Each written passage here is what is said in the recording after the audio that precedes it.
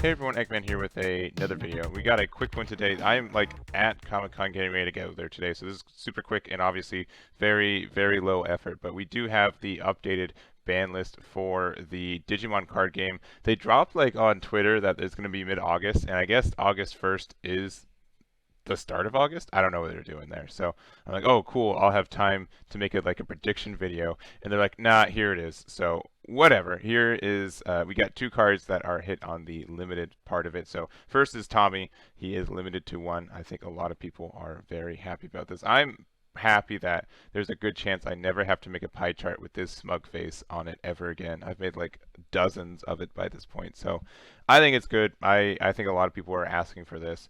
And I think that it's a, it's something that there are so many other tamers you can put on the list that Blue Hybrid necessarily isn't dead based on Tommy being at one.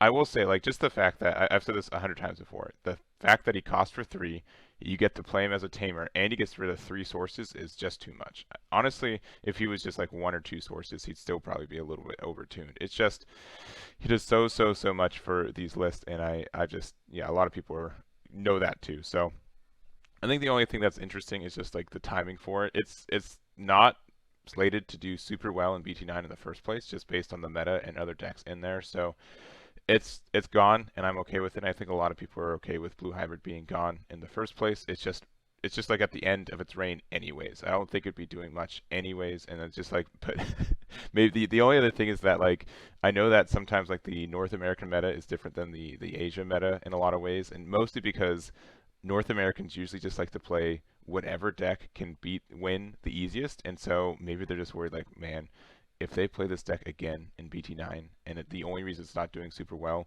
in Asia is because people are just strictly not playing it because they want to play the new cards, then I don't know. I'm fine. It's fine. I think it's good. I don't think there's many people who are upset with this, so it's a good one.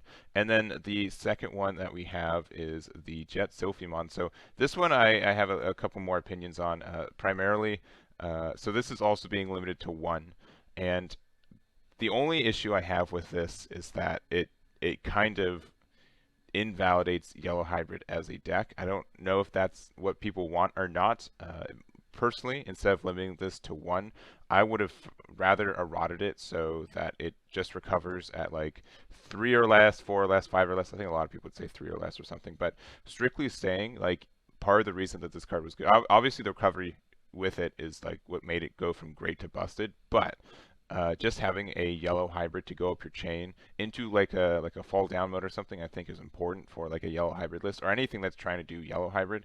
And I think this going down to one kind of just invalidates Yellow Hybrid as a deck. Because for Tommy, obviously Tommy's like your best tamer in a lot of ways, but you do just you have other tamers to take place of it, right? There's not a lot to be said for the same for Jet Sophimon because any other like part of the reason that's so good is because you can digivolve on one on top of a level 4 hybrid, and there's no other cards to fill that vacuum in the game right now. So you only have like this one card to do it. So that's kind of stinks. I think a lot of people, even if this like did nothing and instead of no recovery at all, or even if it was like recovery when you have no security, I think people would rather have that than limit it to one, just because it does enable your ways to go up your chains, going up from a 5 to a 6 very quickly from a tamer. And so maybe that's what they're thinking is the broken part of this Jet Sophimon, but I think obviously just the recovery part is like just the part that is the stinky. So I don't know about this one. We'll see. I mean, obviously, it will give new ways for the meta to open up, and we're going to have something that's different from the Japanese meta, so that's really exciting.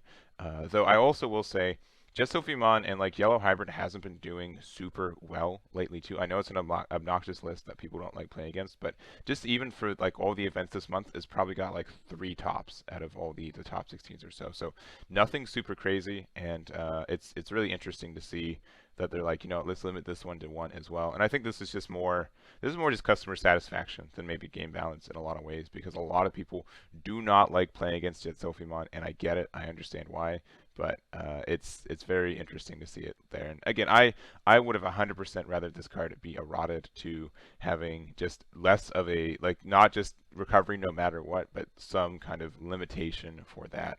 And I think you guys would agree, but let me know what your thoughts on that. But in general, that is our ban list, our restriction and limited list for you guys today. I don't think, honestly, like this would be like a pretty big impact for the EX2 meta.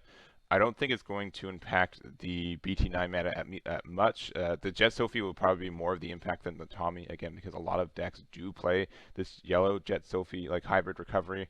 And since it's like such a splashable engine in so many archetypes, it's good. And now that that's completely gone, I don't know. I'm upset about Jet Sophie going to 1. Not upset. I don't know. I really 100% would have got that errata. But also not having played against it is good, so it's going to be interesting. And obviously we're going to have a bunch of new decks in this next format too to test out and play, and I'm really excited for that. And without having to kind of rely on old archetypes and having just new cards in general, I think is really fun too. So that's going to be it for me. Let me know what you guys' opinions are on this new list, and we'll catch you all next time. Damn it.